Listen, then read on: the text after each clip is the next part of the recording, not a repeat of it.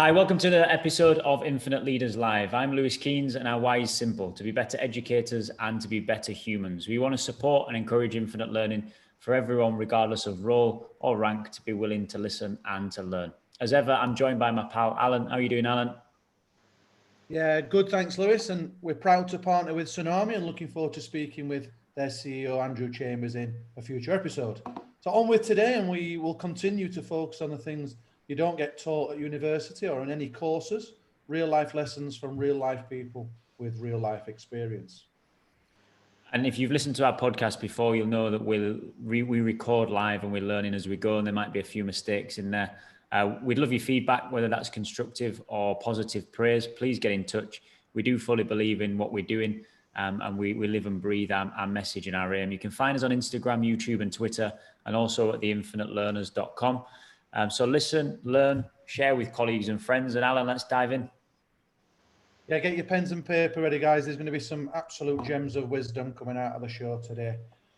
Maxine Blake has taught and managed in educational establishments across the UK for 37 years before retiring in 2020. She holds a Masters of Education degree focusing on sport education. Maxine, in her own words, since retiring, has become a professional busybody and continues to scrutinise student work both nationally and internationally. She also sings with the Sheffield Community Choir and went on stage with Take That on their Greatest Hits tour. Post 2020 madness, she hopes to continue her journey towards becoming a travel writer as an excuse to see more of the world. So, welcome to the show, Maxine. It's great to have you on. Thank you very much. My pleasure. Now, don't poo in the pudding bowl, Maxine. Tell us a bit about your new book. Yeah, it's an interesting one. It wasn't going to be my title, but everything in my book is absolutely literal. So I was an NQT back in 1983, and NQT means not in education, you're a newly qualified teacher. So I was fresh off that run mill of education. I had this job in a school where my old polytechnic, that's before it became a university, my lecturer said to me, if you take that job, it will ruin you for the rest of your life. I ignored her. I took the job. It was interesting. So in my first year, we had a new head, and there were lots and lots of heads. They came in, they made changes, they disappeared before they could see anything happen. You know the kind I'm talking about. This particular head decided to tell the whole of the kids in assembly one morning, we'll just call everybody by their first names, all the teachers. And we stood there going, oh, didn't ask her. And then we'll do a bit of a middle school thing.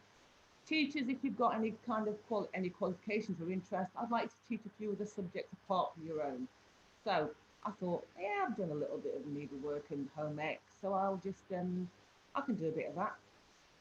There was a spate, just wait for it, of something called the Phantom Crapper that started around school. Now you have to do this. The head would come in and just go, we've got somebody in school that has a bit of a problem, and we have some lifers there who'd be like, oh, what the hell, you know, we need to get this sorted out. And somebody was unfortunately producing products in bowls and all kind of things all over the place. So I was going, oh my god, I'm new to the school. What on earth? And my head of department was off.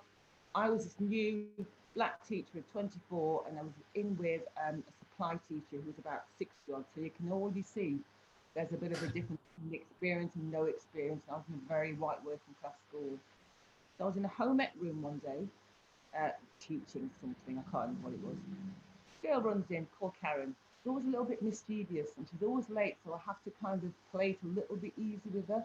She starts opening and closing cupboard doors, and I'm thinking, Karen, come on, I've got stuff ready, you need to start. And she goes, oh, found it, miss, found it. And I thought, what have you found? She shoves this pudding bowl under my nose. My head just knocks back, and I look at it and go, oh my God, oh my God. And the students are carrying on, so I thought, right, I'll just take it off her. Arm's length, I'll take it out of the room. I just say, just give me a minute. And Karen's there gleaming, looking at me like proud, as if she's discovered gold in the room. I take it to the head of needlework next door, Liz. Liz goes, is it steaming?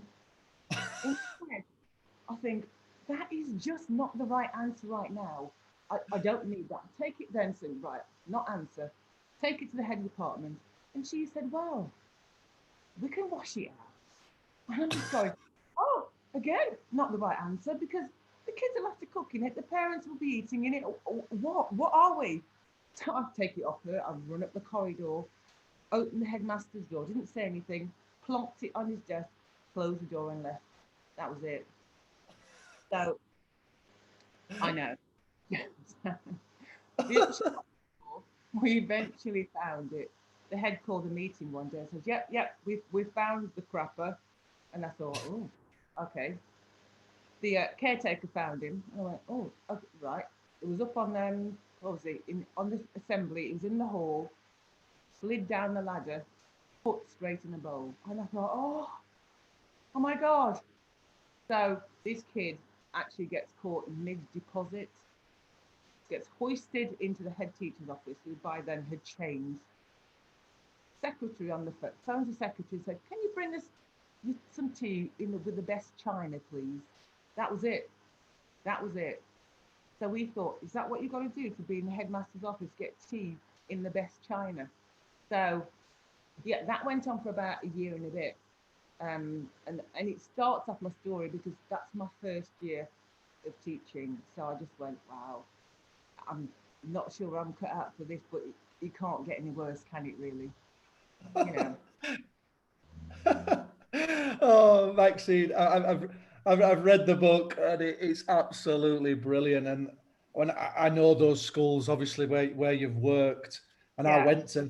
I went to a school very similar to where you worked, and it must have been tough. I wouldn't fancied teaching one of them schools, I must admit. So, in terms of yourself, what did you get? What did you learn about yourself during those really tough times in those inner city Sheffield comprehensives? Resilience was a thing that I built up very, very quickly, because when I went to that school, there was no real sense of lessons or planning or development. There was nothing the students weren't stretched, the pupils weren't stretched. There was no after school facilities, there were no clubs, there were no competitions at the weekend. And you get used to all this. You train for a few years in PE, you think, yeah, I'm going to do this, I'm going to get them my expertise, I'm going to show them what they can do, I'm going to push them. And there was literally nothing. So I had to start, and I felt like I was the enemy coming in. Because you got these fresh ideas, you're all idealistic, and things are going around in your head. You went, yeah, I can develop them, I can give them something that they can go on with their lives. And that was just so hard that first year. But I made sure that when I was there, I was going to be leaving a mark. So I developed all these clubs, and what you try and do is find out who's the hardest kid in the school, don't you? The hardest girl in the school. Yeah, make sure you make her your friend, because once you turn them, the others will sheepishly be following. So then we started to enter competitions, and schools would go, oh, we've never ever had this school come for a competition before, and I'd be taking them all over the place.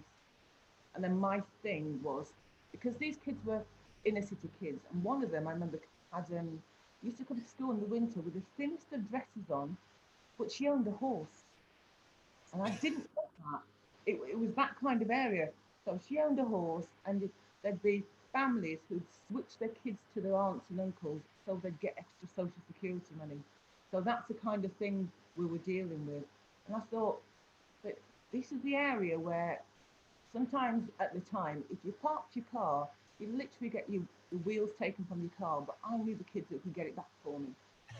It was always an interesting thing. And so I was really big on outdoor pursuits, and I wanted them to have experience of the countryside, because I just think the way that the education system is set up and with the pupils doing sport, the majority of them just don't carry on with doing netball or rounders. They don't do that. But in Sheffield, where I'm based, the countryside is right on your doorstep. They could get a bus, 20 minutes, they're out in the Peak District. They can be walking on those hills.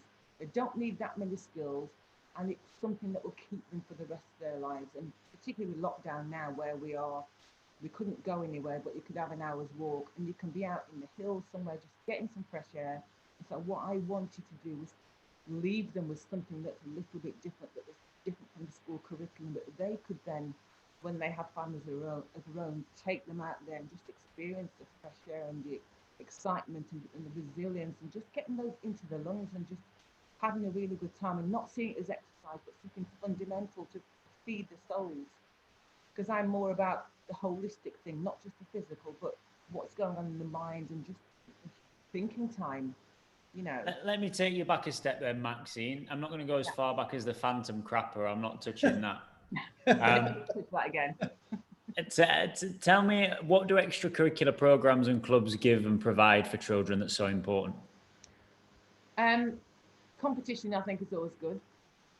They teamwork is, they need to know that they can rely on somebody else, that it's not just down to them, because some of them in such dire situations that all they can do is think about how they can manage them themselves and how they can keep their heads above the water. But if they can rely on somebody else, and it, you know, it's that sense of exposure, they can tell somebody about themselves, that in itself develops some strength. And that, I know that resilience word is seems to be rolling off people's tongues, but when you're in a team, you discover you have strengths that somebody else hasn't got. They rely on you for those strengths. You rely on them for their strengths, where you have the weaknesses. So you have to work with them together.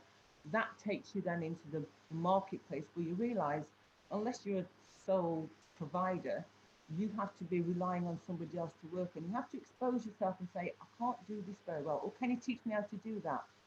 And we need to work as a community together. And I found that where I am during lockdown itself, actually, that there's so much out there, and people are saying, I need help on this thing. And it's not a weakness to say I need help. I actually say it's a strength, because that shows what kind of person that you are. And so I was trying to build that up in those students. You've mentioned the resilience word, Maxine. Now, Yeah. Lewis and I often talk about this. Would we be as resilient if we hadn't grown up in tough areas of Sheffield and Rotherham? I don't think that I would have been. My kids have grown up internationally, and I don't think they're going to be anywhere near as resilient as what Lewis and I was. Now, you talked off air earlier about the kids that you've taught in an area of Sheffield that is socially deprived. How does that then compare to the kids in the more affluent areas? How does that, where you live, really influence your future prospects?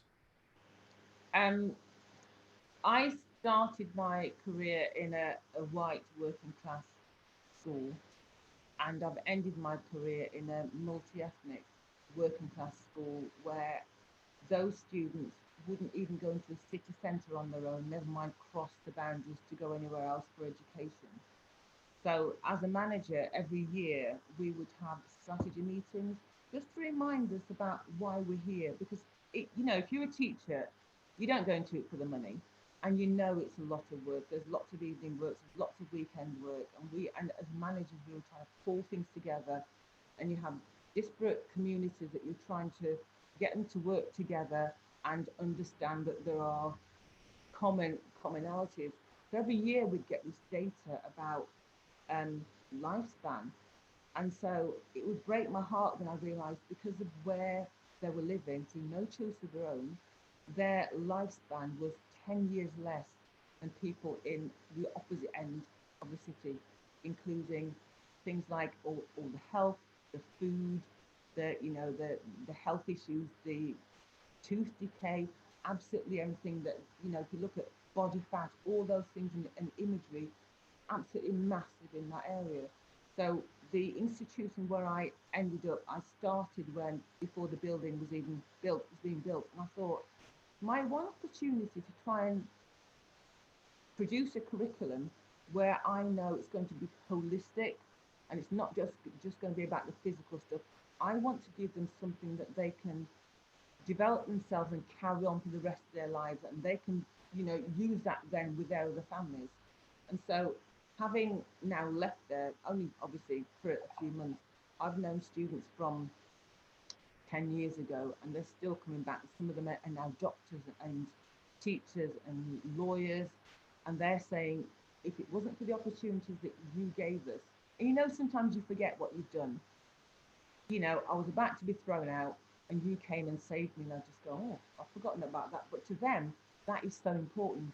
because sometimes their personal situations makes them react in a particular way that you just don't know about, and their lives are just so awful that they're coming to your institution because it's a refuge, not because they want to be educated, but because they know it's a safe place, and they never wanted to leave the building, but they can come and sit and have a chat.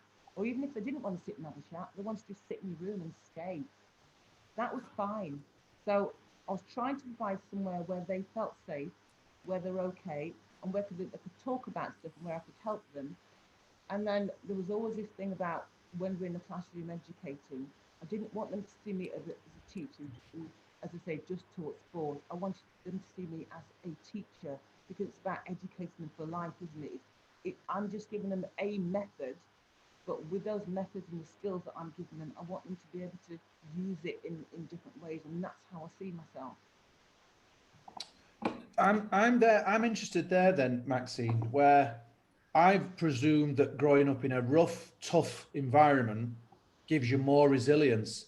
And you're actually going a little bit on another way there and saying that no, resilience is actually through opportunity developed.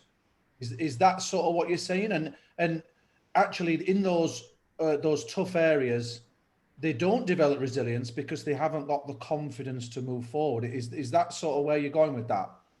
I'm going a little bit with that, but you're also thinking that people have sometimes they kind of shrink within themselves because they are just trying to survive.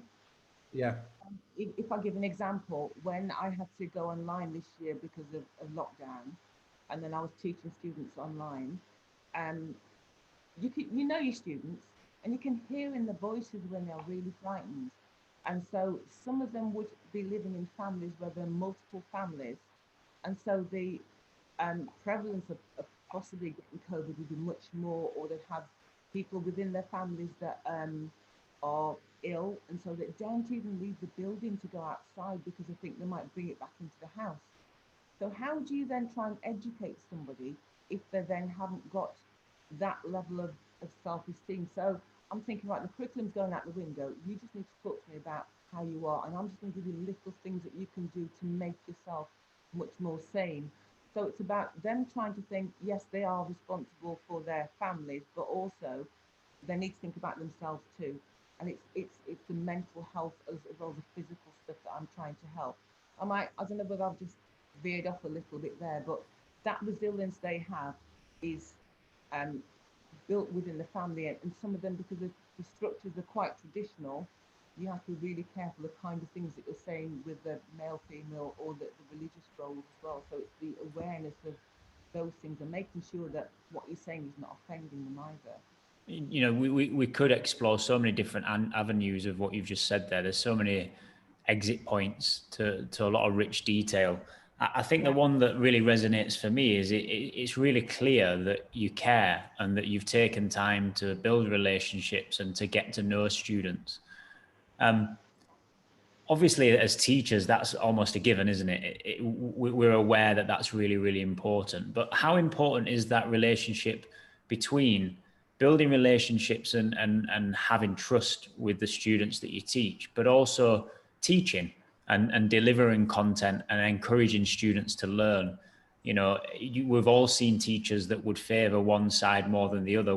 How do we create that perfect mix? What's that relationship between the teaching and learning and the pastoral care and support of students? That's interesting. This isn't necessarily a pastoral care one, but at the beginning of my book, um, I put a quote because I've given some feedback to the students for some written work, and I'd corrected some grammar. And he looked at me and went, "Yeah, you're a sports teacher. Don't correct my grammar." And I just felt, "Oh, is that how you see me?" I just go, "I'm actually a teacher. It's not about correcting your grammar, but it's about you as a person. I want to get the best from you." So when they come into the class, if I see them come in the wrong way or their head's a little bit down, I'm just going to think, okay, sometimes that curriculum might go out the window that day, and I might touch on something else that works with that child and helps them. So as much as we are pressured into looking at the curriculum nowadays, and we really are as teachers, we've just got to tick those boxes and get through them. I'm I rarely go back to the staff room. I'm quite often, the doors are always open anyway in the institution where I was. And I'd sit there and they'd just sit and just say, can I have a word? You know, and the fact that some of the toughest kids would say, can I have a word? Or just say, this happened to me today. Then I know I've got through to them. And sometimes, you know, when they ask a question, when you're teaching, and you know it's not really about the subject, you know, you as an experienced teacher, you'll understand that, and then you wait around, you say, you know, just hang on a little bit, let's have a little bit of a chat. So your pastoral stuff is really important because they need to know that you understand them and that you care about them. It's not just about getting all the subjects through, but it's me as a person that you are understanding where I'm coming from. For instance, yeah. Sorry, Max. I just as you were talking there, it just brought a quote back to me that from the book where you talk about protecting those who cannot protect themselves, and I absolutely love that. I think that's just linked into what you said. Can you explain that a bit more to our listeners? I had one incident one day, and you know, we in the college I was at, quite often they come in without any pen, paper, or anything, and so this one day, this kid, I gave him a real ticking off and went, come on, again, you come in, you're late again, you've got no work, there's no homework, and he just said to me, my mom's left, she's gone to America, she's taken the kids with her, she's told me to go and live with my dad, I don't even know who my dad is. That literally shattered my whole world. What on earth do you say to somebody who's now at the bottom of the pit, when even his mom has now rejected him to say, just go and live with your dad, there's his address. You know, I literally have to cancel that lesson and just say, okay, let's just sit and talk about this and see what we can do, how I can help you. I could have thought, yeah, I'll deal with that later, but the fact that I actually heard him and I listened to him, that was 15 years ago. Yesterday, he was on the phone to me, chatting and telling me how well he's done, what he's done. He's got a child of his own. This is what he's doing for his child and how well he's developed. And he's, although some of those traits he had from when he was at college are still there, but he said, but because you taught me all these things that I needed to know, and you were there for me, I know now what I need to do, because he didn't have a father to bring himself up, so he had no role model. But then he could talk to me and explain that. And how difficult is it for somebody to actually tell you something like that that is so exposing? And that made me think, oh my goodness, he's got nowhere else to go. What on earth can I do for him? And you know you're going to pull a stop out for somebody like that. And for me, that's what it's about. Because you don't always see the results immediately. You might see it 10, 15 years later. That's what keeps you hanging on. It's those moments when you go, I know I made a difference. You don't see it, but it's a little seed that you're planting to start to make them think, I can talk to someone. Yeah, and that was another exit point that we maybe could have explored even earlier on. And you mentioned it again there about, you know, you're planting seeds you can't see, that you won't see grow, you won't see the trees of those seeds. And your succession planning, you're creating a platform for a student to do well despite you, and away from you and independent of you. And I know that you're a big believer that trips and residential opportunities are massive in this sort of journey for children. Can you tell us a little bit more about that? Yeah, because even when they're in the institution, they are still close to home, so the behaviours are the same. And it's only when you get them away, they can literally let the hair down. I'm a massive advocate on trips and exposing them to something that's just a little bit different outside the comfort zone, outside the city walls for a start. We had a group of students who had never travelled. They probably wouldn't have travelled into town on their own without some escort. Certainly wouldn't have travelled out to the Lake District. And for those of you who don't know, the Lake District, oh my goodness, it's the most beautiful part of the UK. There are hills and trees, and it's just the freshest air, and it's just wonderful to ramble about in. So we took something like a tenth of the college one year for a 3-day residential. I wasn't quite happy about it, first of all, because I wasn't involved in the planning, and I'm a bit of a control freak, right? I like to know exactly what's going on so I can make informed decisions. And there's a last minute I was told, right, Maxine, you're going along because you're the experienced member of staff. So I thought, yeah, that's fine. So we're taking this really multi-ethnic group of kids, including some Muslim girls who had never travelled out before, and they were on this trip for 3 days. Now, normally I take sports kids. I know how they behave. I know what they're like in extreme conditions, and I can deal with that. But I took health and social care girls who probably hadn't done this sport for, oh, I couldn't tell you how long. They were new to the college, so we hadn't built up any relationship with them. And so we were trying to get them there where they could be more independent learners and get focused on work for that whole year. So I was with this group for 3 days. So we had an issue on day 3 when we were doing some canoeing, and we've got quite a lot of Muslim girls. And anyway, we had to try and find an instructor to try and coach them, and we just couldn't. And so we had a chat with the girls and said they're absolutely fine to wear the clothing on under the wetsuits, so that they were still respectful, they were still covered up. So I thought, right, that's great. So we took them in a minibus. We had canoes, and we said, what we're going to do, we're going to get you onto the water, but so that you're safe, we're going to tie the 2 canoes together, okay, so that it's nice and buoyant, and then you'll be safe in the water. So we get the canoe out of the minibus, and I'm standing there watching, thinking they don't know how to power them, they don't know how to do anything, but let's see how they do. So 4 of them, they're in the front, they get the canoe out, they put it down, they sit in the canoe. I'm standing there going, right, okay, what do they think is going to happen then? And they just sat with their arms folded. And I thought, they really think the water's going to come to them. So I had to go out and just go, girls, can you see the jetty over there? You've got to take it over. And I went, oh, okay. So it was fine. It was one of those, like, you know, when little kids ask you a question, what does this mean? You go, oh, that's embarrassing, but then you want a little bit. So I just said, you've got to take the canoe over to the water. I went, oh, okay. So one girl suddenly thinks, I'm going to, you know, appoint myself the captain here, and I'm going to direct everybody. So, of course, a lopsided, because there's 2 girls on one side, 1 girl on the other, and she stands in between the strapped canoes. I know what's going to happen, but nobody said. So she's facing them, and the girls are like with this weight chuntering to themselves, and chunter, if you don't know, is a bit of a grumble, and it gets, you know, louder and louder. And she's self-directing them towards the water, so she's got her back to the water, and the girls are facing the water, but their heads are down. I can see what's happening. We get to the end of the jetty, the girls are still marching, and the other girl who's directing suddenly stops. She falls backwards into the water. Her arms are flailing everywhere. She's screaming. The other 3 look up and they start screaming, and I go, oh, here we go. I walk over to her, and she's still going, oh my God, I'm drowning, I'm drowning. I walk up to her. She looks at my feet. You can see my feet. She looks up at me.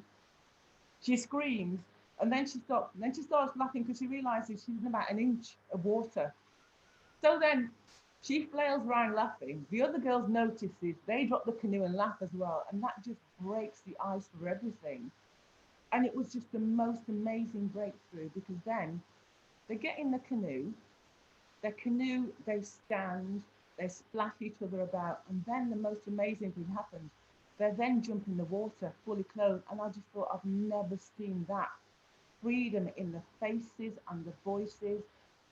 That just made it for them, because you know, when the light bulb moment just turns on, and they just go, we can do this, we're not restricted, look at this, we're in the canoe, we're in the water, we're swimming about, nobody here to watch us or tell us off that we can't do this, we can do it. And the noise in the evening for the meals, they were just chatting, and I went, oh, if I could capture this on video, just to see what they were like before and afterwards.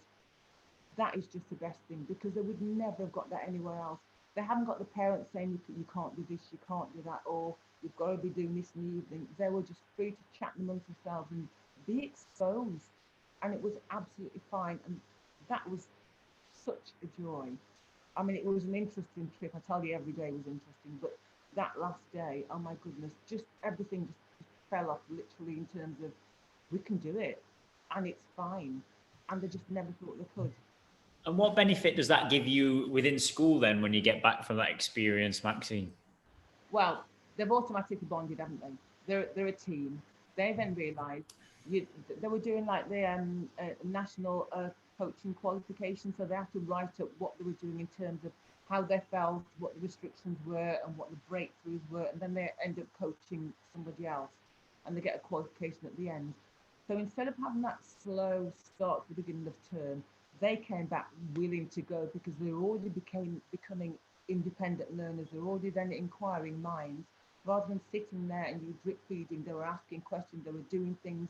They were, advertising themselves to go out and be part of the community, bringing them in, and they were just so lively that absolutely made the year, and it made my job as a manager so much more easier because I had this group that I already knew. They knew me. They knew me in a different situation. They saw me in my pajamas. And believe me, I had to go out and buy a pair because, you've got to cover everything, haven't you, when you're out there in the middle of the night thinking, I'm in the corridor and sleeping out the room right now and I can't cope with this. And I really need some sleep. So they saw me at my lowest, and I saw them at their most exposed.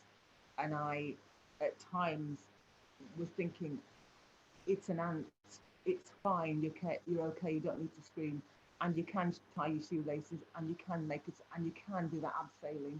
There was never, you can't do it. There was always, in your own time, you can do this, and how did it feel? And oh my God, isn't it great? And when you see their eyes just light up and they're running and telling the mates how good that thing was, despite the fact that they were terrified, it's you can hear, I can do this, aren't I good? And they're boasting about it. Whereas before, when they started off, they were meek and mild and they just didn't want to do anything. They didn't want to get out the city. They didn't want to be without their parents. That 3 days, oh my goodness, it exhausts us as teachers because we just don't sleep. But the students were just absolutely amazing. And then get them back in the classroom, then talk about their experiences, because they have to be out in the workplace. They have to be in schools, and they can talk about how they've overcome, their struggles to other kids who don't understand. So they've got that personal experience, and that's what that.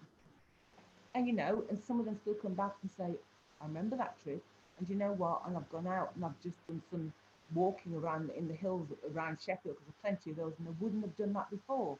So you set something up again. You planted a little seed to make them just go, I can do this, I can get out there. That's what it's about. It's a lifelong thing. It's not a 2 or 3 year thing when they're in college. It's a lifelong, it's a habit that I want them to try and, to do, and to pass that on to the families and to get out. Yeah, we often talk about they remember the moments rather than the time when they sat and did a maths lesson or when they sat in the classroom. They're not moments. And as you say, when you see kids that you've taught 10, 15, 20 years ago, they talk about the moments. They don't talk about the classroom lesson. Can we just touch upon vulnerability there, Maxine? Because they obviously see you at your lowest and at your best when you're organising. You see them the same. Those kids, it's probably really hard for them to be vulnerable because it's all about image and who's the hardest and all this. How important is vulnerability there in both cases, both for you and the kids? I can tell you also, it's also really important for me as a black woman and a black teacher for them to be able to see me in as many different situations as possible, because they've come from, even the areas that they've been in, there wouldn't have been that many black role models. And so for them, when they see me on a particular stance. So if I'm going out and I'm doing something that they are not used to, so I like when they're doing abseiling, I'm fine with heights, I'm fine with jumping off and going backwards. I always pretend I'm not. So it makes them just go, oh, well, if she can do it, and they go, oh, she is, oh my God. Same age as my grandmother by the look of it. If she can do it, then I think we can as well. So it's about that, giving a little bit of myself so that they can just go, oh, I think I can do it. And the boys have this thing.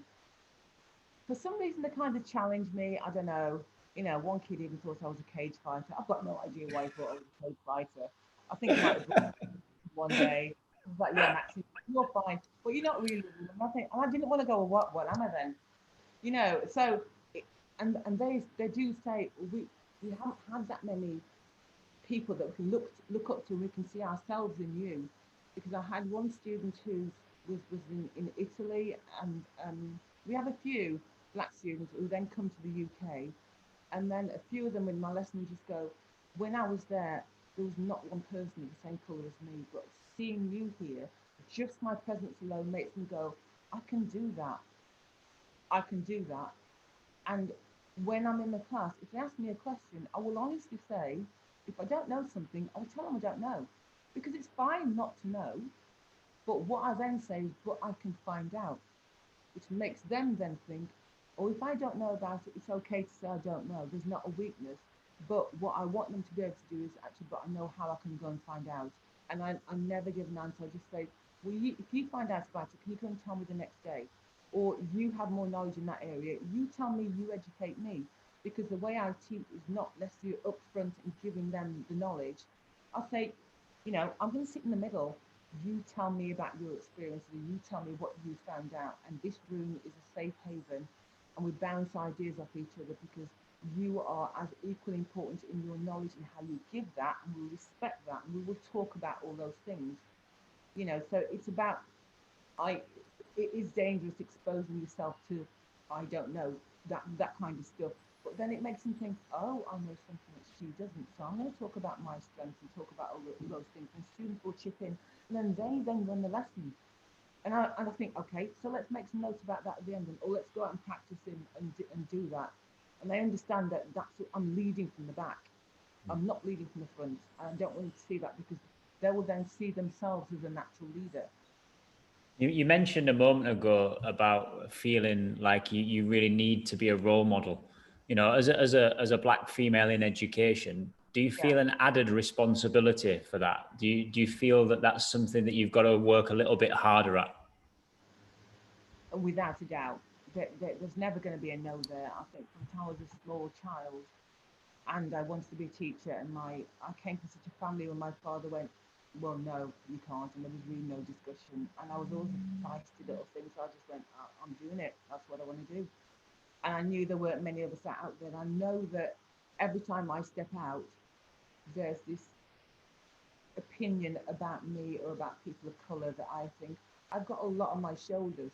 But it's not just me. I'm standing on other people's shoulders, and they are, you know, they are standing on mine. So there are those steps of support that we have. And if I can help somebody else to develop and see me as someone, yes, there are faults there, but they can actually see how they can get there too, and be in a position where they can talk and, you know, and develop, then that's what it's about. I do realize every time, wherever I am, and I think there are these expectations of me, and that's what they see. And you know, it's that weird thing too, because even the other day, I had somebody who I taught back in 1984, and so she was part of the book, and she'd messaged me and said, I feel really disrespectful calling you Maxine. I'm just going, you're 50. You're 50. Love that. There is that thing, isn't there? And you know, and she said, but I remember when you first started, and you were probably the only, I think, yeah, I must have been the only black teacher there. And so there is that take a breath, because I know that those black kids are going to be looking up to me to see where I'm going, and it is so much harder, because I can't hide who I am, what I'm about. I have to put this thing on and just go, right, I'm going to have to battle through. They need to see that there's somebody up there they can look up to, and if I can do it, they can do that too. But I don't do that on my own.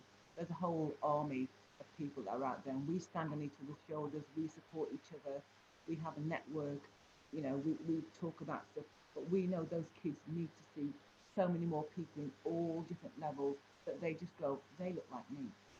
And it's nice when I go into the college situation, I go, they look like me.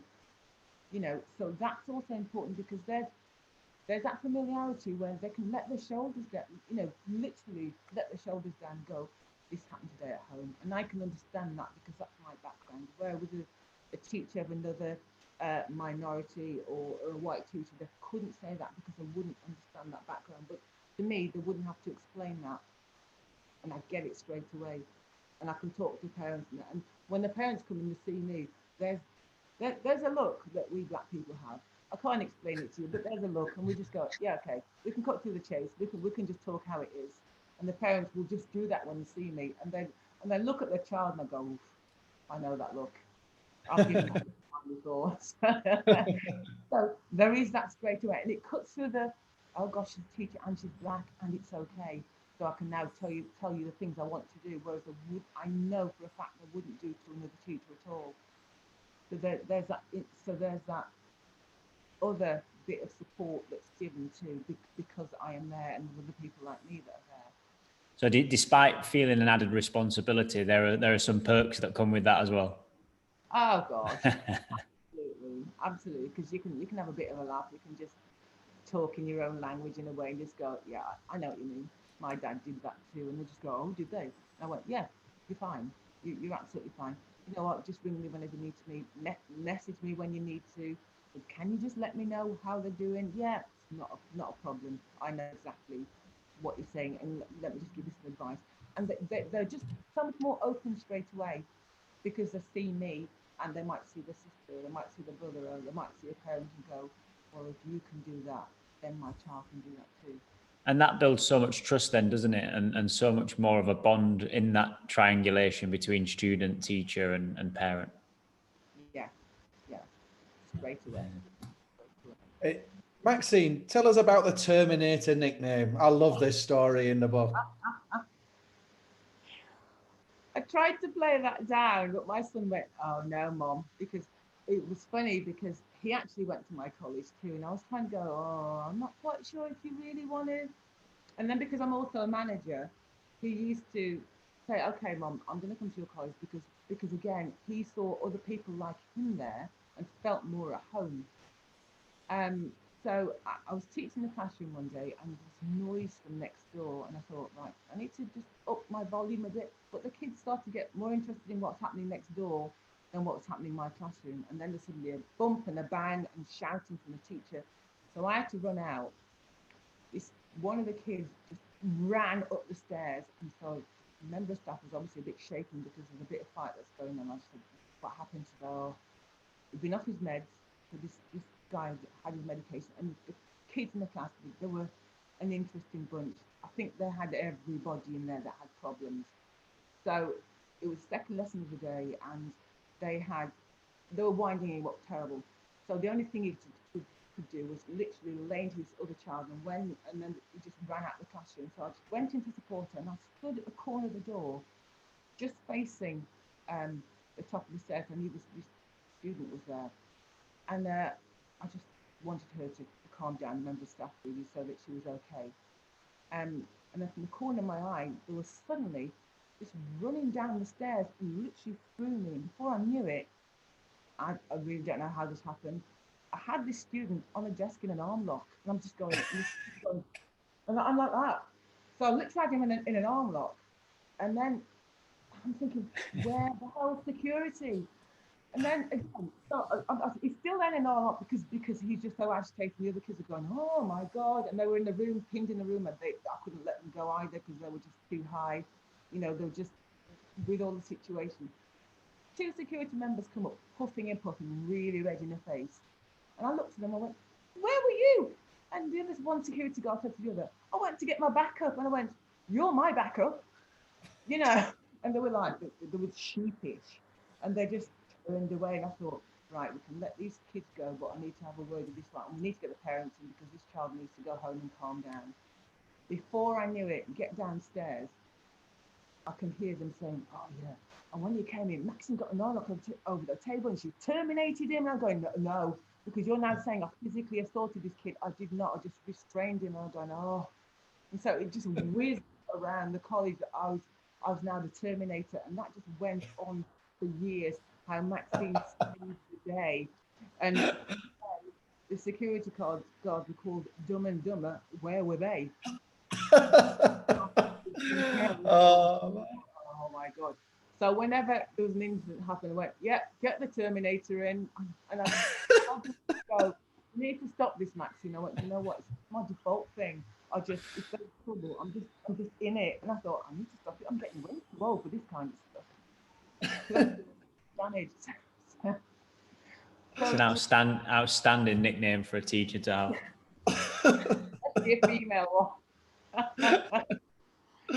Oh, And they'd look at me and they'd almost like doff their caps with respect, and they'd just sit quietly, and I'd go, "Oh, the reputation's coming. This is a new year." They didn't even know about me, but they've heard the reputation. So I rarely had trouble in my class, except that one time. So how that comes out. brilliant. Absolutely love it. We're going to move on to some quick fire questions now, Maxine. And obviously the Terminator's a legacy that's followed you and you've left behind. Does leaving a legacy matter to you? Is it something that's important to you? Now you've retired. Yeah. Okay, so the Terminator's one, but the other one is whenever I go on the outdoor activities or trips, I'm also called the safe pair of hands. I just like you to know that. I know that I'm the person that sweats the small stuff. I'm dotting and crossing. So when we did a couple of trips in New York and Berlin, and there's always that big stress, particularly again, we took a lot of Muslim students to New York, and I was stressed because I thought, oh, New York, it's America, it's a certain president, how they're going to behave, and literally it was that incident we had, and I am the safe pair of hands because I'm just watching it and looking at everybody, and I never sleep, and I'm just making sure everybody's okay. So yeah, I'd like the students 10, 20 years from now, 2 years from now to know that I'm tough.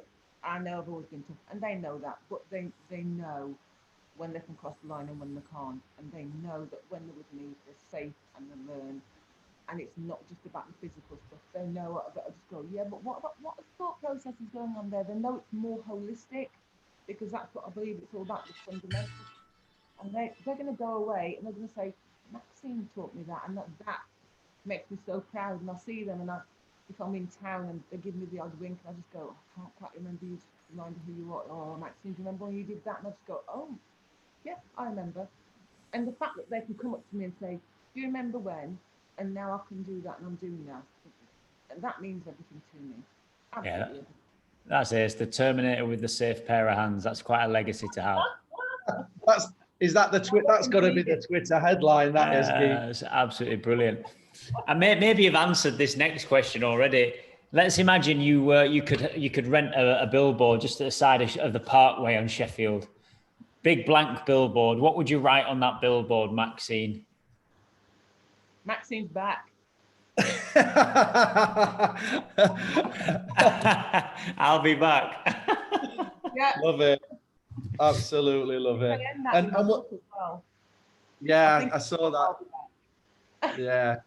You obviously moved away from teaching now, and you've retired. If you had to go out for a meal then now as a retired teacher, which 3 world leaders would you have with you, just to finish off? Dead or alive, Maxine? Dead or alive? Okay. Yeah. So, from my early childhood, Maya Angelou she's so up there. I can't even describe why, because she has come from being so poor with shocking circumstances, to having been a prostitute, to being a leader, to doing the inaugural poem for Bill Clinton, to being a professor, to being an actress, to being a political leader. She has defied everything there is to defy. And when you read any of her books, from the first page, you're stuck into it. You're not living her life, but you can see the hardship she's gone through. And so from reading about her, you know that nothing's impossible. Absolutely nothing's impossible. So, and if you've heard her voice, oh my goodness, it's just like honey. You get people every now and then, when they open their mouths, they can tell a story, and you just hooked straight away. She hooks you in. She absolutely hooks you in. I have strong female characters that I just really look up to, because I think in Jamaican culture, it's very much matriarchal. So my grandmother, who I never met, I would love her to be at the table, because she's the one that my mother always talked about. And when I finally went to Jamaica and met my cousins for the first time, she's the one that everybody talked about, that she did this, she did that. And I went, oh, I wonder if that's where I get my character from then, and my strength. It's just it's an inner drive that makes me just go, I want to do that because my grandmother just brought everybody. I'm sure my grandfather was around, but nobody talks about him, which is really strange. It was just her. We were always there. She always did this. We knew we could come to her for this problem and that one, and you know, and she's the one. And then finally, um, I go back to my old PE teacher, Mike, because he is the one when I was at school, and we'd call him the action man. Uh, when I was at school, it was always traditional stuff, and I just thought, yeah, it's fine. But then he came in and he just went, right, we're doing this trip. We're going to go to Scotland. We do 120 miles. All you've got is your rucksack. You know, we're camping. You're washing outdoors. We're going to walk and trek. You're going to read maps. You're going to be independent. I'm going to teach you how to do this. And he just opened up a whole new world of stuff for me. And even today, I was talking to an old somebody from school, and we talked about him, and we just go, remember those days? We've done so many trips, and we have found ourselves. You find your tribe, don't you? You find the tribe that you don't need to do anything with. You just sit there and you just go, oh, and you don't need to explain. So those guys are part of my tribe, but Mike just started all the whole world up for me. So that'll be a really interesting dinner conversation. Brilliant. Brilliant, Maxine. Well, thanks so much, Maxine, for coming on. And do you want to just have a minute promoting the book and where we can get it from? I'm really hoping, having listened to this podcast, you'll get where I'm coming from. It's a memoir of all the funny stuff and the humorous things that happen between me and the students. I don't know whether it's because me as a black woman or a black teacher, I think they might challenge me a little bit on some very bit personal stuff every now and then. But how I overcome them is really interesting. So please go to maxineblake.com and have a look at the bits of the blurb. Have a look at the farting pigeon. Oh, my goodness, that's an interesting story. I didn't get it myself, first of all, but I went, oh, okay, I'm riding with that one. But yeah, it's a light-hearted look. And I think at this time of year, we need a bit of humor in our lives. And I'm hoping this book is the one that will bring it to everybody. So thank you guys so much for the opportunity to talk to you and hopefully bring my book out to the public. It's been a pleasure, Maxine, and it is a funny book. It's well worth a read. MaxineBlake.com to find it. Tell us what it's called, Maxine. Don't poo in the pudding bowl. Of course it is, in honor of the Phantom Crapper. Guys, thanks a lot, Maxine, for joining us. Guys, search Infinite Leaders Live on YouTube and IGTV. We're on all popular podcast platforms too, and you can find us at theinfinitelearners.com. Until next time, we'll see you, Maxine. Thanks again. Bye-bye. Thanks, Maxine. Bye.